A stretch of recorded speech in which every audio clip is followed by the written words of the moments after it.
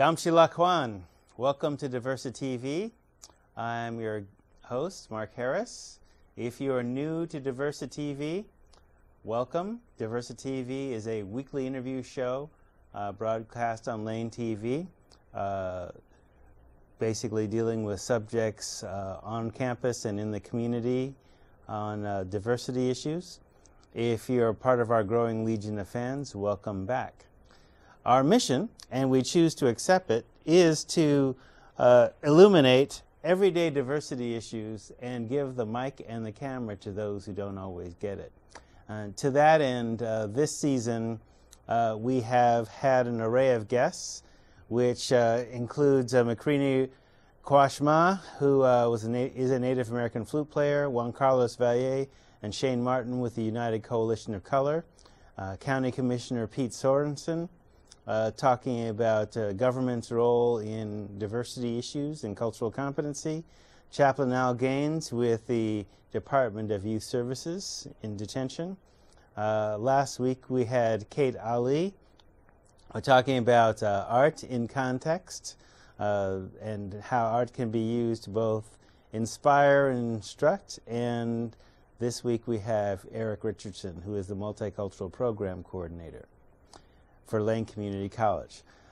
Recently, in the last couple of years, Lane Community College adopted a mascot. This started out from a sort of kind of chiseled Greek figure to a more ambiguous Titan figure. And this has become a mascot at our sports games.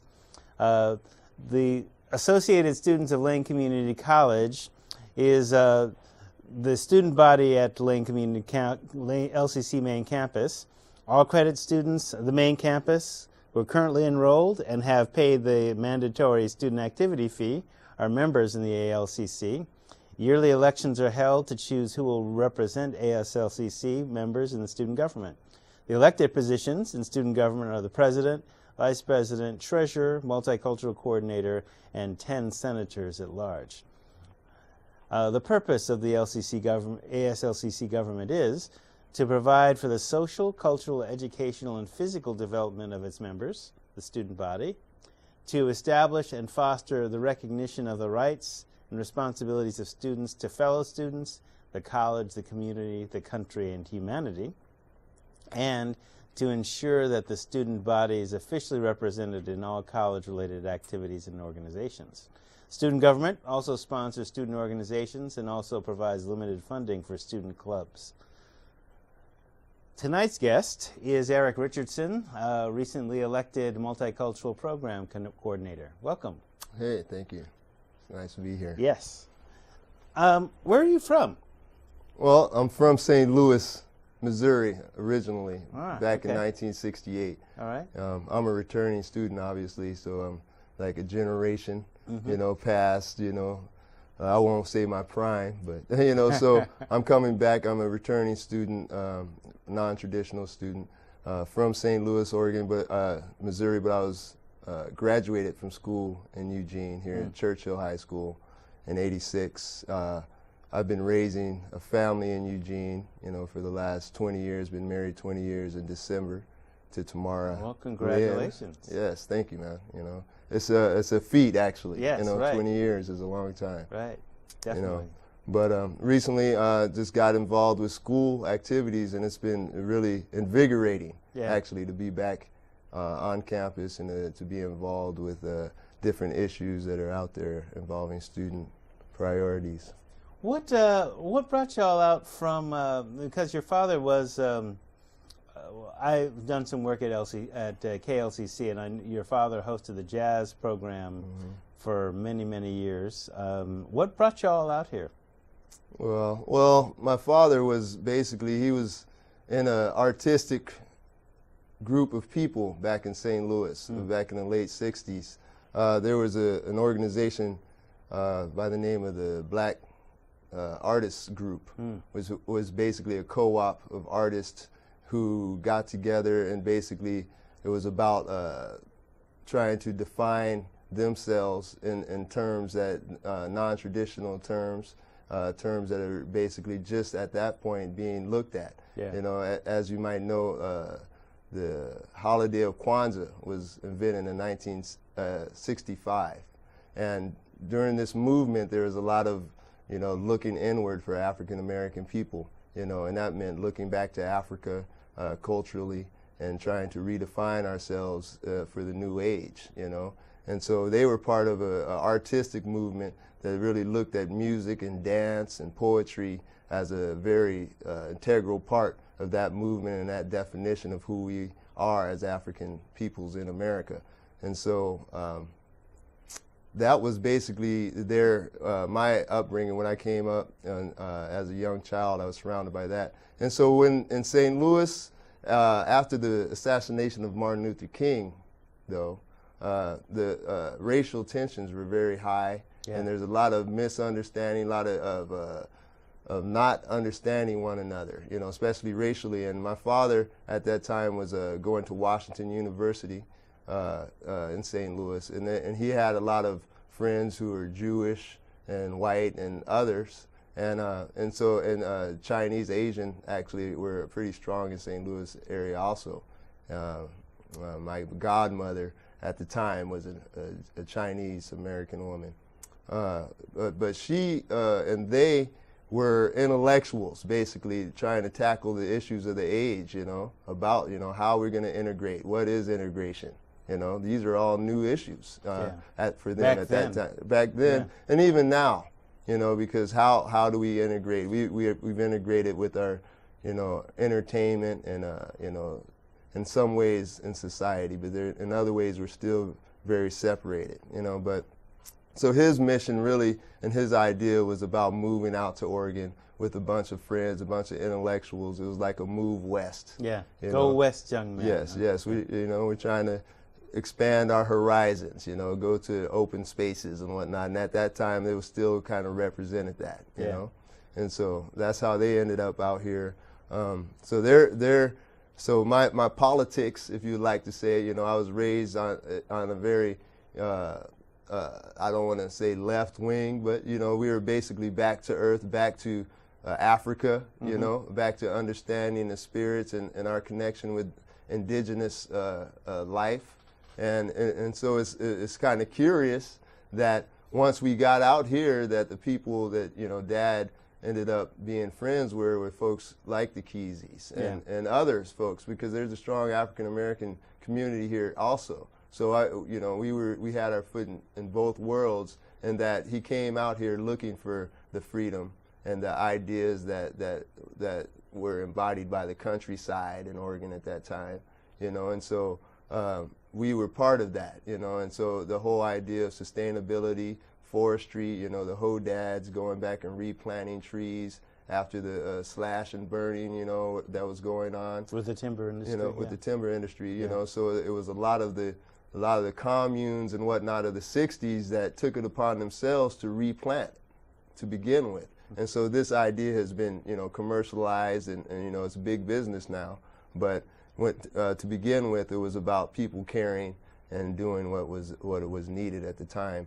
And so even though my father, that wasn't his line, you know, he did some tree planting at the time, I hear, you know, but that wasn't really his line of expertise. We ended up being in Eugene, and he ended up, you know, being part of the music scene here, bringing musicians primarily early on. He had a business, Salam Co-op, and I think they were bringing musicians through mostly R&B people and some jazz musicians also. Richardson, Roland Kirk, I would say, was like the main one, you know, really a proud time to have been able to host him. And to tell you the truth, he played Matt Court, you know. Most people don't know that, you know. He played Matt Court, and he played in a wheelchair with one amputated leg, you know, and this is right before he passed away. So, you know, if you don't know about Richardson, check him out, you know. You can find him on YouTube, whatnot, you know. Great instrumentalist and person. And so, and Eugene has really, through the years, has really played host to many jazz musicians and personalities that people may not, you know, have taken notice of or took notice but didn't know that they were part of this history and have good memories of our town, you know. Arnett Coleman, you know, Julius Hempfield, Oliver Lake, you know, all have spent time here. And all those people I just mentioned are somehow affiliated with St. Louis, you know, in the jazz scene there. And so, you know, so I feel blessed to be here, be able to take part of, you know, two worlds, you know what I'm saying? I feel like, you know, now with the University of Oregon's jazz program, you know, jazz is pretty entrenched in the hills of Oregon, you know, and so as is, you know, the idea of sustainability and freedom of thought, you know, and all these things are still alive, and Eugene is known for these things, so, you know, I'm happy that that's the case. But at the same time, there, you know, we have ugly history also, you know, especially, you know, as African American, there's a lot of stories to be told, you know, on that side.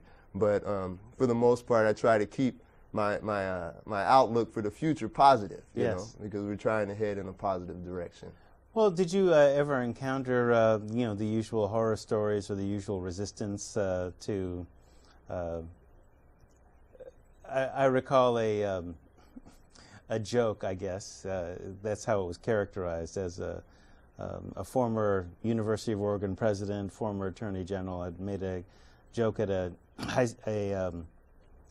prevention conference when I was in high school. The only people who used drugs were jazz musicians and people south of the border, right? So jazz musicians, well, let's see, who might that be in that southern Oregon town? And, you know, people south of the border, well, blacks and Mexicans are drug users? Not in that town, I don't think so. But you know, part of, you know, the reception where you have, you know, you find fertile ground for creativity, but you also find some resistance. And you grew up here, so.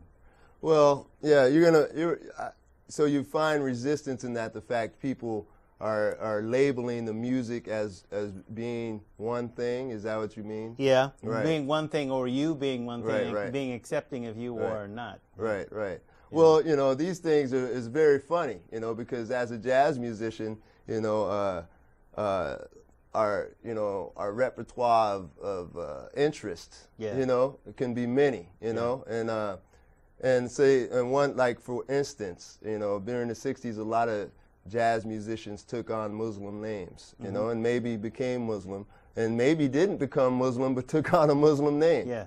And so it was because of their interest of Africa, the interest of renaming themselves and defining themselves. And so as a jazz musician and as a person whose father was also a scholar who respected Chinese philosophy, you know, as being high thought on the planet, and also understood the ancient nature of African thought, when you begin to respect these cultures and these ways of being, then you are perceived as being something other. Because that is not the norm. Something alien. Right, and because that's not the norm. So I've had people, even though my name is Eric Richardson, my middle name is Eric Christian Richardson, you know, you know, even though that's my name, and for all practical purpose, I do what everyday Americans do, you know what I'm saying? Because I play bass and because I have a love for Africa and a love for histories that aren't readily available, that people, you know, I've been accused of being a Muslim, you know, just by accused. Well, no, I don't mean. You know, I don't mean to say that in a negative way, because there's nothing wrong with being Islamic, you know, but I just mean that someone has, but I say accused because there was a negative connotation to them calling me a Muslim. Is that they're, you know, and the only way I could understand that, because I had never preached the Quran or praised Muhammad in any particular way at all, you know, so I'm wondering why, you know, what they saw in me that would make them think I am Muslim, you know. So it's just going back to the point about drug use or anything of that nature. I think there's perceptions that come along with just with different ways of thought, you know, and different lifestyles, that people immediately go to what the media has shown them, you know. But at the same time, you know, the whole culture of, I was talking to a brother, and you may know about this, the whole Rastafari movement. And there's a movement on some students on campus who would like to start a Rastafari club. And so, of course, immediately the issue of marijuana is going to come up. Right. You know? And so, you know, I'm a believer in the Pan-African Congress and the Pan-African Creed. And one of their tenets is that to respect the Rastafari and respect that movement, you know, as a genuine belief system and whatnot. And so as a scattered people in America, you know, our belief system is scattered also. You know what I'm saying? So there are many components of our belief system all over that maybe those haven't been defined in a proper sense, or, you know, that are out there. And so our society is very complicated, you know, because to tell you the truth, the story you mentioned when you began this piece was basically reminiscent of how they began the drug wars, you know, in the 30s and 40s. There's a big reefer madness against the people of color, you know.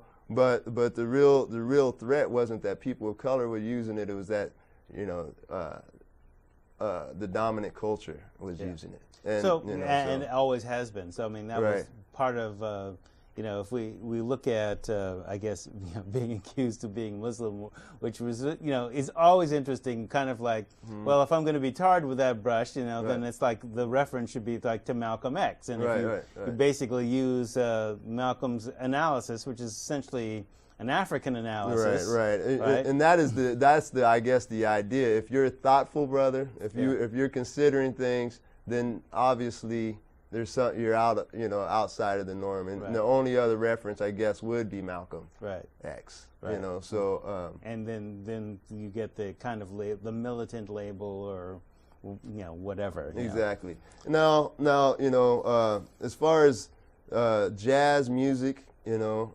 there's jazz music is just like any other music. You know, it takes discipline, and it takes fortitude, and it takes real skill to continue to play it and to get better. And so it is a serious discipline, just like any discipline, and it takes being a serious person, you know, and everyone within their lifetime hopefully can improve themselves, you know what I'm saying? And so we all have obstacles in our lives, you know what I'm saying? So these things are part of it, and no matter what profession you do, you know, and so it's all about just perfecting oneself, you know, and the perceptions that people have of you, they're going to continue, you know, but some of the finest people, upstanding citizens in the world, you know, are jazz musicians, you know what I'm saying? And so even here within this, our city, you know, like one of our eldest educators is a jazz musician. People may not know it, but you know, Dr. Edwin Coleman is an accomplished musician, and so and I looked up to him, and I still do, you know. And like I said, so we all have our mark, and we're all headed towards a goal of perfection, you know, hopefully. And that's like how the ancient Egyptians, that's what they were about, you know. It was about going towards perfection, coming forth, you know. And you may not get there, but you always are striving to do this. To bring that forth. Right, you know. So as a student, what's your major? What are your interests?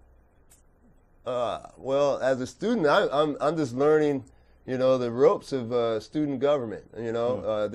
I've been in it. What possessed you to run for student, you know, for the position that you're in? Yeah, well, nothing really possessed me. I was just, you know, I've been, you know, as a father, you know, for a long time, I've actually been an at-home father. So that means that I'm giving service, you know, at home, you know, to my kids, and helping out around the house and doing that. And I've also just volunteered in general because I see the need for a voice speaking on our history and, you know, our culture, you know. So I've always been in that role, just at home and in my daily life. And so when I came back to school last year, there was a lot of activity in the Multicultural Center, especially within the Native American student body. And, you know, and I was friends with a couple of the people in that organization, and they pulled me in to what they were doing. And I also was part of the Black Student Union last year with Azariah and Mario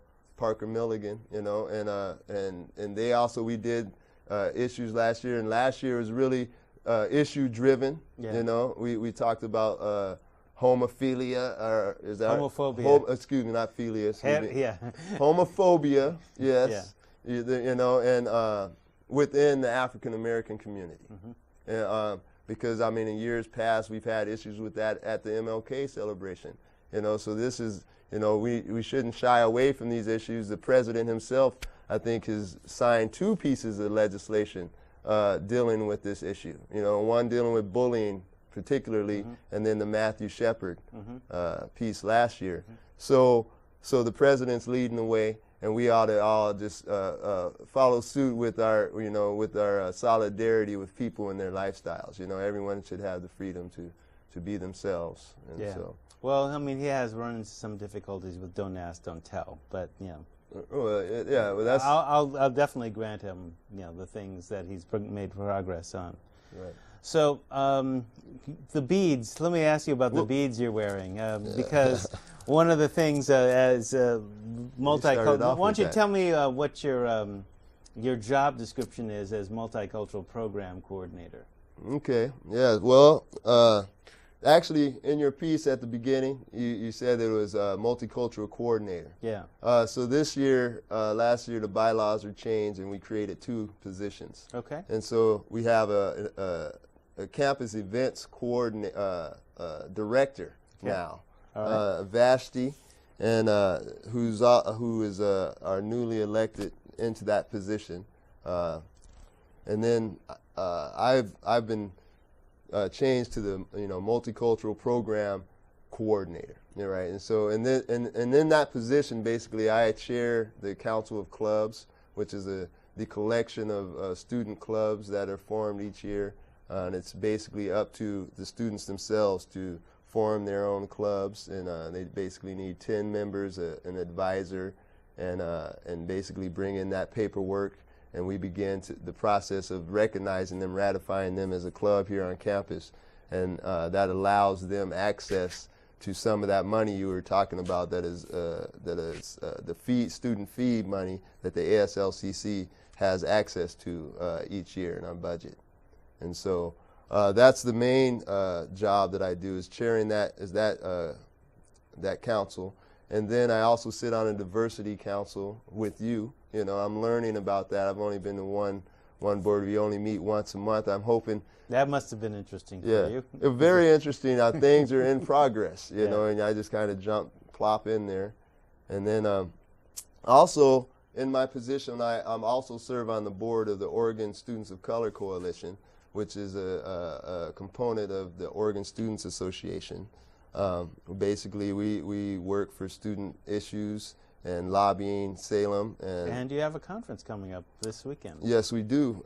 Starting on Friday, it's the 10th annual Oregon Students of Color Conference, Coalition Conference, and we're going to have 2 speakers there. I didn't bring my information, and in fact, I wish I did, you know. But we're going to have 3 speakers there, you know, 3 women speakers. Rosie Clementa, I believe, is one of them, you know, and she's an activist.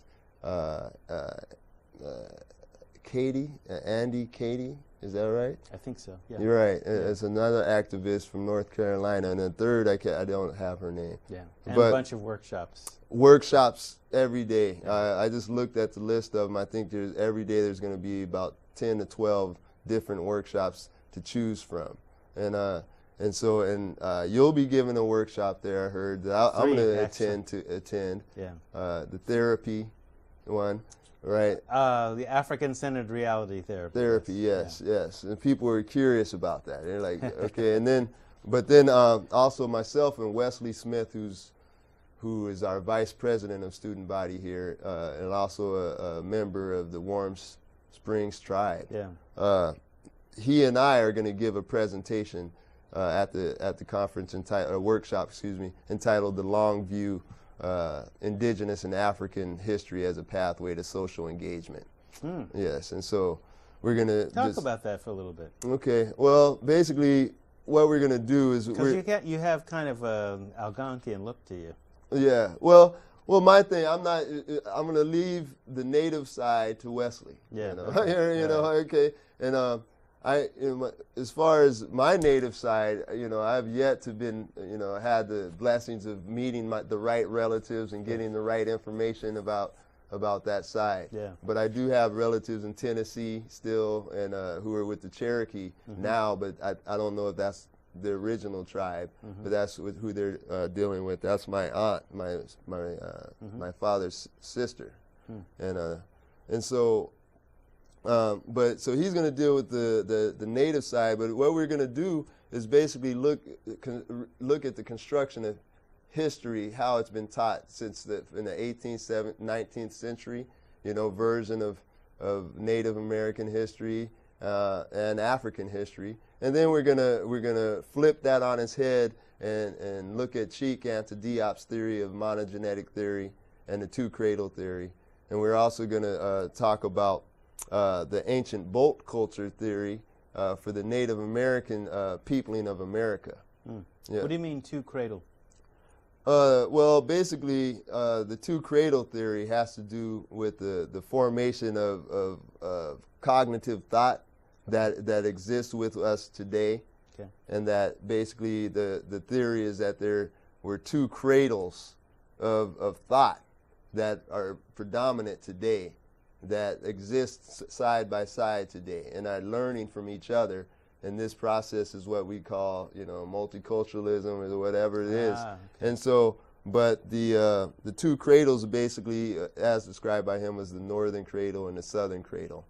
And basically, the northern cradle being one in which the climate and the environment is hostile to your existence, and you basically have to survive, to make against a hostile environment, right? Yeah. And so, and then in the southern cradle, it's more one in which growth is abundant, and so that edge to survive is not as prevalent, and so we have these two schools of thought that exist at a primal level, is what he's saying. And basically, he goes to that has a lot to do. It's less about race because when you talk about the north and south, they're different races in both hemispheres, in fact, you know.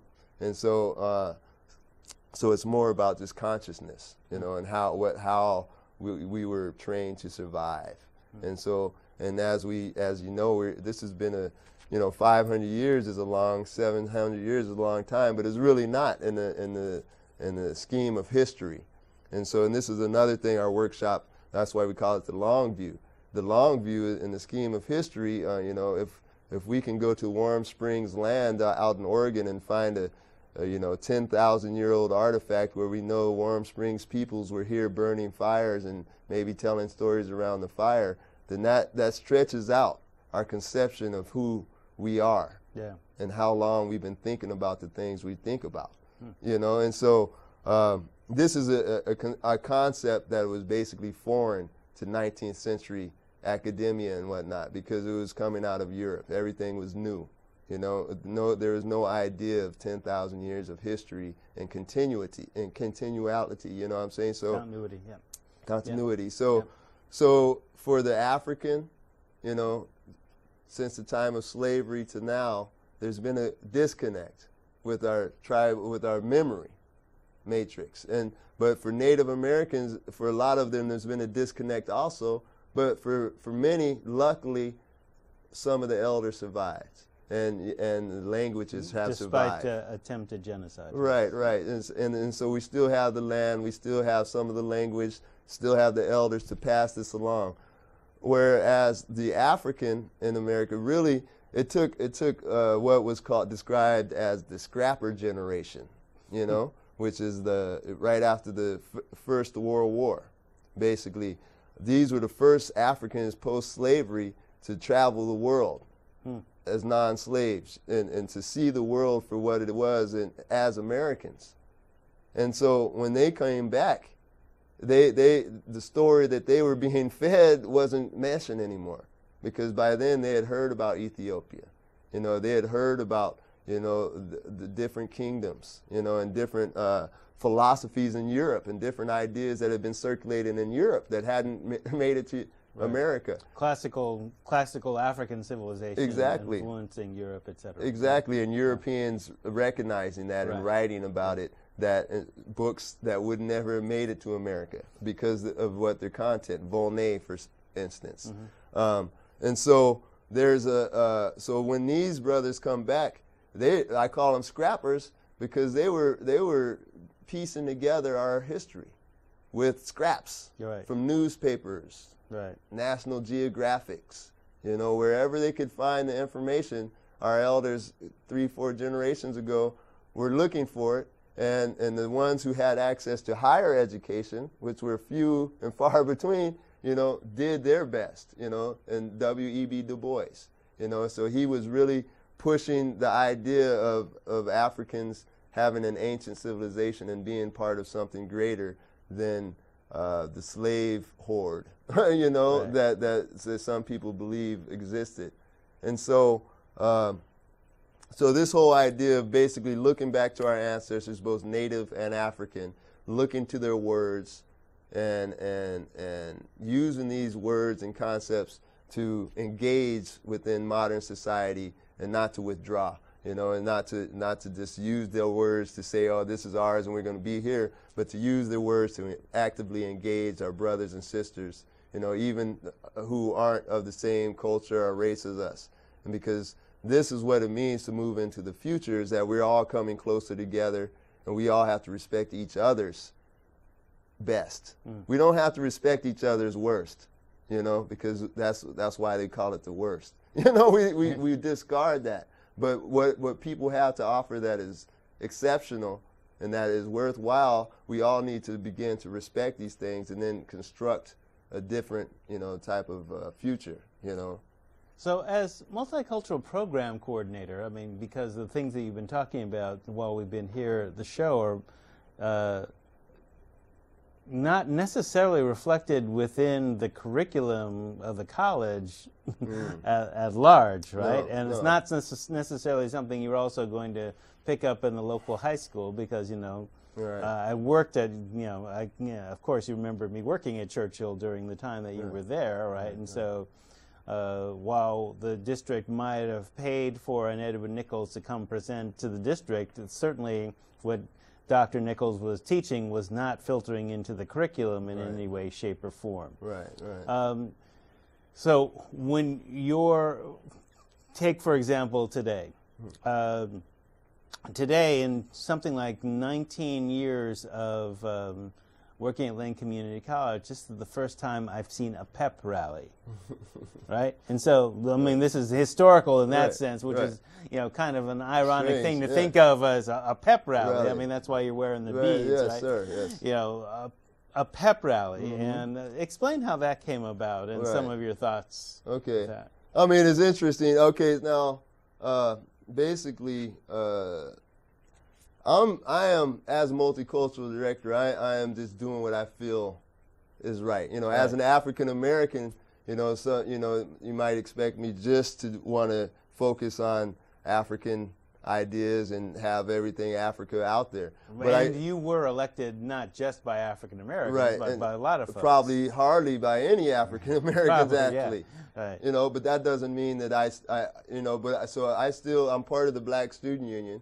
And so I help out on this case, and I will be presenting, you know, different cultures, and you know, and so the idea with the pep rally was that I've met, you know, I've been an athlete myself here at Lane right after high school, you know, so I came and I've run out here and I know how it is to basically, you know, you come, you train, and you do your thing, but no one on campus really follows that. You know, you travel the state, you actually do a lot of stuff, but it's not something that on behalf of the college, the campus doesn't acknowledge you're wearing that. Lane, you're running, you're hard out, you're trying to get first place, you know, bring it back. But so I've seen that firsthand, you know, and so I saw some young brothers out here, you know, just doing their thing. Actually, one brother in particular, he had come up from Southern California, you know, to go to school at Lane and play some some ball here, you know, and I was like, damn, man, we got to, you know, that's a long way to go for a young 18, 19-year-old man, you know, to come play some sports. You know, we in Eugene, Oregon. In Eugene, Oregon. You know, and I felt like a way to make all the athletes in his position, even, you know, coming out of the local high schools, feel like, hey, you know, this wasn't necessarily a bad thing coming and you know, some people, hey, the community college. Well, let's acknowledge it and toast you up. Right. It's an acknowledge you. You know, this is a wonderful facility, and we've I mean, it's strange that hasn't happened before. No. I mean, and it happened. It was kind of just came about, but it would happen right as they completed the soccer field. You know, and they completed the new facilities down there, which really looked nice. But we put a little money into that, and it got done basically same time as the Longhouse. You know, and they're both basically promote activity. You know, they promote positive, you know, engagement. You know, in our, you know, community. And so, and this is basically what I'm about. And the sports also represent women, men, people of all different colors. So let's just celebrate them and the young people who are coming to school and putting that extra effort out. You know, and so that was the thought about that, and it worked out well. I was happy how it went down. You know, people love free gear. You know, I found that out. But we hope to do another one next month, you know. So we're going to do, not next month, excuse me, next term. And so we'll do one each term, basically, and try to highlight a team that's going to the championship. Luckily, we had a women's soccer team. Our women's soccer team was in a championship game today. So it was, that all came together on a good time. That's good. Yeah, so, but as far as, you know, so moving back to the curriculum, though, this whole idea of university being universal with our history and with our studies is that, so when you do a subject matter, you know, and we know that there are prominent questions, you know, that have been raised within this subject matter, it should be up to a professor to put them out there. You know what I'm saying? Let the student hear what is out there. But a lot of the times we may hear only the professor's one way of looking at it, which is, you know, that's the professor's, you know, job is to teach what he knows or she knows. You would think. So, you know? We were just talking about athletes. So, my standard of reference for, you know, this young brother, right? And I will be talking to the athletes, you know, basically on in a substance abuse or substance abuse prevention context in a week or so, because we have a class for doing that. My standard of reference for what a black athlete is, and the official party line that you'll hear spoken in higher education circles, is that they're students first and athletes second. But the institution doesn't necessarily support them in the student part. It's more like athletics is kind of like, broadly speaking, entertainment and not edutainment or whatever. And so my standard of reference for particularly what a black athlete should be, you know, just because, you know, brother to brother here, is like a Robeson, a Kareem Abdul-Jabbar, you know, young brother Roll, who said, no, I'm not going to the NFL, I'm going to Oxford to become a doctor, or, you know, whatever. Yeah, well, see, I was thinking about the pep rally today, and how when you do events like that, a lot of the kids, they may not have ever had a public speaking event or something of that nature. So you put on a pep rally, you have them take part in it, and help, you know, work it out. Then that inspires them to be be engaged, you know, to maybe want to do their own thing and speak up next time and be on the microphone and understand and see that there's more things for them to do. So I understand, yes. So by what I felt like I was doing was giving them an opportunity to shine, you know, and to step up and maybe see themselves in a different light, you know, than just, you know, because that's when I was on the microphone today, I was emphasizing that they were scholars and athletes, you know, and maybe having someone tell them that in a pep rally setting would be something for them to like, hey, that's right, everybody's checking me out you know, and looking at me as a scholar and an athlete. Yeah, performing in the classroom right. as well as on the field. Right. Yeah. You know, and so even if we put the eyes on them like that, expecting the scholar side, then that'll help. But if we're only, you know, as elders, only looking at them as athletes and expecting them to perform and not to perform here, then, you know, that's what's going to happen. So I'm just saying, so sometimes it's less about, you know, asking them to just perform, but, you know, it's like scaffolding, you know, give them some scaffolding, right. and then they can see what they can do. Yeah. You know what I'm saying? So that's kind of what we have to do more of, you know, is like set up opportunities for our kids to get involved. And basically that kind of brings me to another point I wanted to talk about with you, which was the Martin Luther King parade march that the NAACP has each year. Right. Well, you know, and that, you know, ALCC also co-sponsors not only either the march but also the celebration. Yeah, too. yeah. I'm not, and that's something I'm going to hope to find out from. I'm going to go to an NAACP meeting and ask them, you know, because as far as I heard, it's their entity that they basically put on, you know, each year. And I know ASLCC does the Holt Center event. And so, and the event usually takes place like 6 at night, and the march is from 9 to 11. So, but this year, I don't know if it'll come about, but I'm really putting out feelers for trying to get a unified plan of participation for this year's march. One that encompasses the idea of student rights, you know, bullying, you know, low achievement, the DREAM Act, tuition equity, you know, all these different ideas that have to do with immigration and youth, you know, having a fair shot. So contemporary civil rights issues, not just kind of like parroting something that happened 15, 60 years ago, but basically making it current. Yeah, we want to go to this march and make this about the kids, you know, under the banner of Martin Luther King, because he would approve. You know, I have a feeling. And so, but the idea would be that we would try to get as many of the different schools in the Eugene-Springfield district to have their own contingent to come to the march, wearing, you know, uniforms, not uniform, but shirts at least matching, so we can see who's who and who came. And really, I'm hoping to get the ASLCC behind this in some way, maybe by sponsoring a breakfast or sponsoring some T-shirts or something of this nature, just to get the whole thing started. I plan on bringing a resolution to the Senate just to see if they will support this idea. And so the idea is out there. I've been telling folks around town in the education community about it, and I hope to really get some traction on that by you know, early January. We'll really know what's happening on that. I believe it's something like the 19th this year.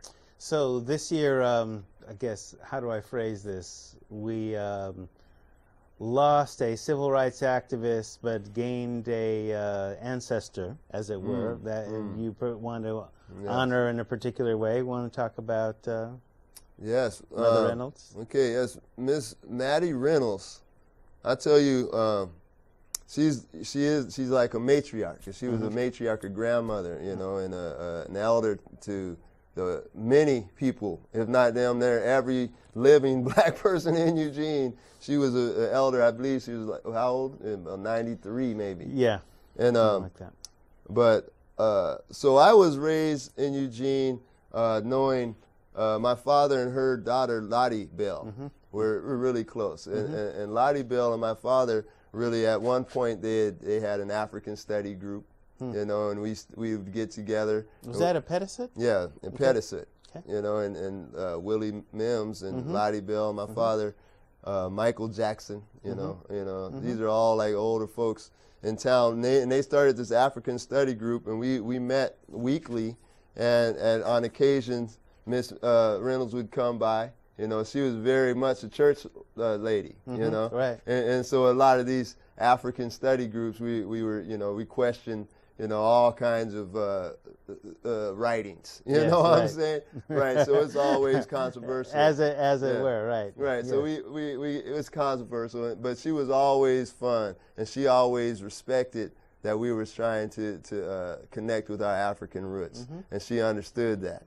You know, and as a woman who founded Eugene's first church congregation, we have to respect her. Black church congregation. Black African American church congregation that's still out there on Sam Reynolds Road off West 11th.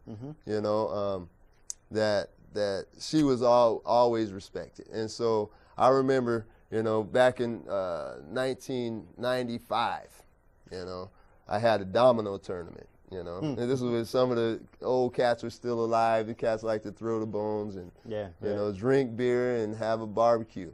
And basically, I rented out the cottage down at Skinner's Butte Park and had a domino tournament. It was $5 to get in.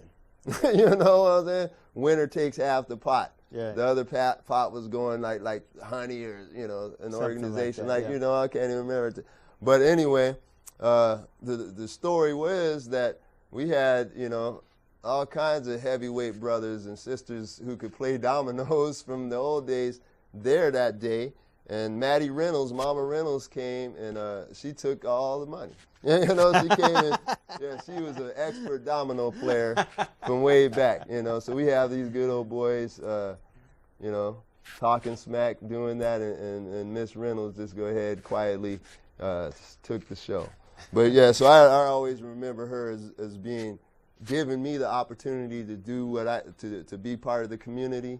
And put on an event like that for the community, and I was so honored that she came and won the domino tournament. You know, so for me, I was really happy. That's all it took for it to be a success. You know, so that's what I remember of her. And the family is always a beautiful family. I see the brothers around. Andrew Smith, you know, he's really tight. You know, brothers coming out of Churchill High School. My older brother and sister went to school with Smith and a couple of the other brothers. So, yeah. What do you think that school, LCC, is kind of like a microcosm of society? And if so, how should it be transformed? And how can it be used as a tool for transformation? Well, I believe so. As the chair of the Council of Clubs, you know, I see clubs all the way from the, you know, architect and design students to the geology club to the table tennis club. Excuse me, yeah. You know, to the Native American Student Association. And we just recently had the Veterans Club founded, you know what I'm saying? And the reality is, like, you know, for a long time, I've actually served 4 years in the military, you know, and for a long time afterwards, I never really, you know, looked back or considered myself a veteran. I never really thought I would use any of the benefits and whatnot. But when this brother came up to me and saying, hey, I'm starting a Veterans Club, you know, will you sign up? You know, because he had heard that I had spent time in there. I said, yeah, sure, I'll do that. You know what I'm saying? But whereas 5 years ago, that would probably been out of my comfort zone. You know, so I think what needs to happen is that we all need to get out of our comfort zones and start to meet people on who they are and how we truly relate to each other. You know, because even though I'm a veteran and he may be a veteran, we both been out umpteen years, he might be a different type of veteran. Yeah. But we both share this experience. We both, you know, and I'm sure there's every type of person has something to share with somebody else. You know what I'm saying? So I think that's the best way to do it. You know, in my position, like I said, I'm using it as a way of bettering myself, you know. Because using I have your GI Bill, as it were? Well, no, I won't know about that. Using my GI. No, I'm just saying not in the club, in the Veterans Club, but in my position as a multicultural director, I'm using that to better myself in that I get to interact with people of different interests and different, you know, pursuits. Yeah. You know what I'm saying? So, and therefore I become enriched by what they are doing, you know, because I begin to understand how it relates to me in other senses, you know. So that's how I think we can do this, you know what I'm saying? We just have to get people engaged with society, you know, to say, hey, look up. There's people doing things out there that might interest me, that I might be able to help out with, and that they need my help. You know, you end up step up, and you find out that people will be very thankful you did. You know, so I think everyone needs to just do that. We were talking before the show about the recent controversial art piece, and can you talk about, from a student's perspective, about, you know, people finding their voice? Because one of the things that was kind of missed, ironically, by the student newspaper is that that it was really students that were concerned about this, not so much, you know, one loudmouth ethnic studies professor. You know, really, it was. No, it truly was, because I was walking down the hall and oblivious to what was happening, you know, and three of my fellow students came up. They're all African American. They came up to me, yo, I got to show you this piece. So I'm like, okay, what are you talking about? So we walked over to the hall, and they showed me the piece. You know, and I looked at it, and I understood right away that they're seeing this big lip, you know, caricature of a black person that is obviously offensive, you know, because that's how it was used. It was used as an offensive way of caricature of black people. And so this was a piece of art that was a pretty big size. It was like 8 by 8, something like that. Yeah. You know? And so centered on the staircase. So as you're walking up the staircase, blam, that's what you're looking at. And so this is what the brother who had showed me the piece, that's what happened to him. You know, he's going to school, and he walks up the staircase, he looks up, and the first thing that met his eye was that image. And so, and he was offended. And he was like, man, what is this? And then he walks over to the image, and there's no explanation. You know, there on other images, there's explanations of what the art is about. You know, and that might have been enough just to say, okay, this woman is talking about this, and she might have been criticizing that image by what she was saying. But we had no idea of knowing that. You know, maybe so I had a conversation with my brothers and was like, I didn't see the direct insults, you know, that they may have felt, but maybe I've lived in this community longer.